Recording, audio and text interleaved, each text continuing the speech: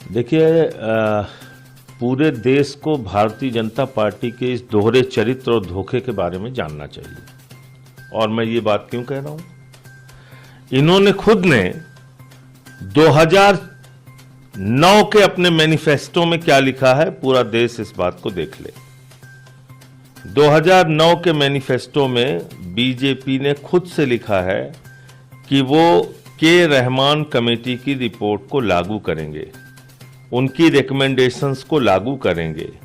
2013 में जब बिल आया था, रहमान कमेटी के रिकमेंडेशन के बाद जब बिल आया था, तो उस बिल को भी, ये देखिए आप, वक्फ प्रॉपर्टीज के ऊपर 2009 का मैनिफेस्टो है बीजेपी का, जिसमें ये रहमान कमेटी के रिकमेंडेशंस को लागू करने की बात कह रहे हैं। ये इनका दोहरा चरित्र नहीं है। और उसी रहमान कमेटी के रिपोर्ट के आधार पे अमेंडमेंट आया पार्लियामेंट में।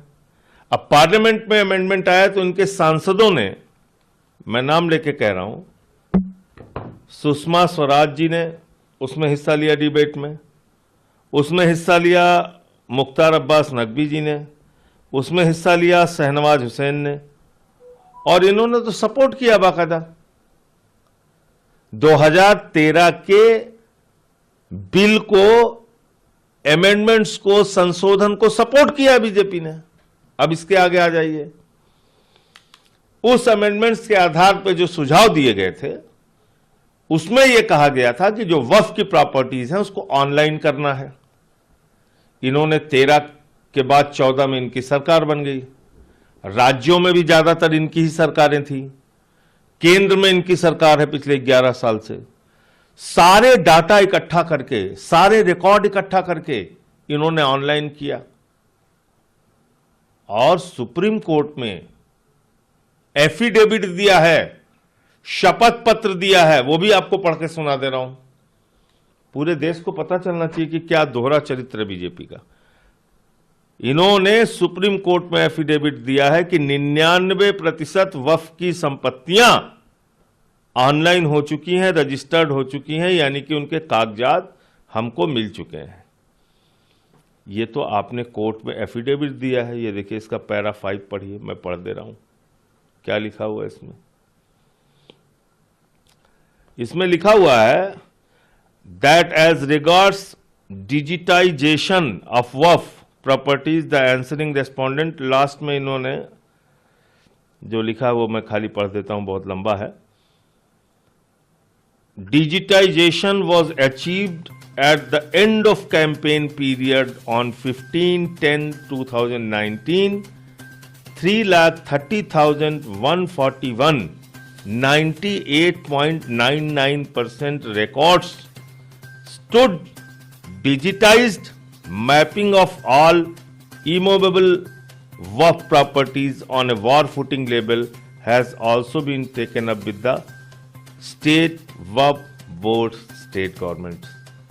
तो ये तो साफ साफ ये लिख रहे हैं कि 90, और सुप्रीम कोर्ट का एफिडेविट है, गवर्नमेंट ऑफ इंडिया का, मोदी जी का 2020 में, और ये कह रहे हैं कि इन्होंने अभियान चला के देश भर में जितनी वक्फ की प्रॉपर्टीज थी उसके सारे कागजात वगैरह चेक करके, सर्वे करके, जो भी रिपोर्ट इनके पास आई उसको ये ऑनलाइन कर चुके हैं।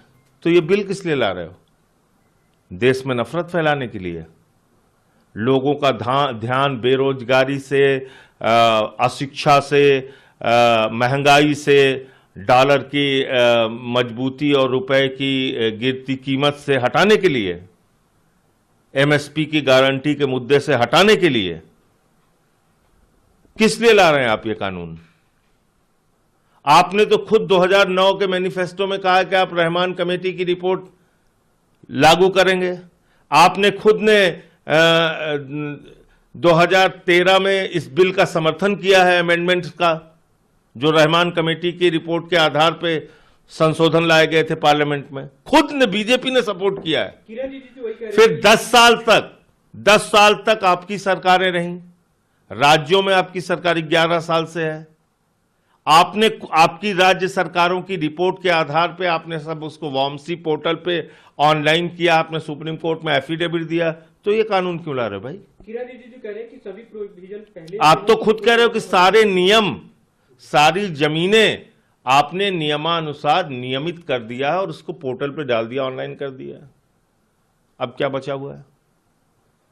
केंद्रीय मंत्री किरण रिजिजू वही कह रहे हैं कि सारे प्रोविजन पहले से जो रजिस्ट्री, ये देश में नफरत फैलाने के लिए ये बिल लाया जा रहा है, झगड़ा कराने के लिए।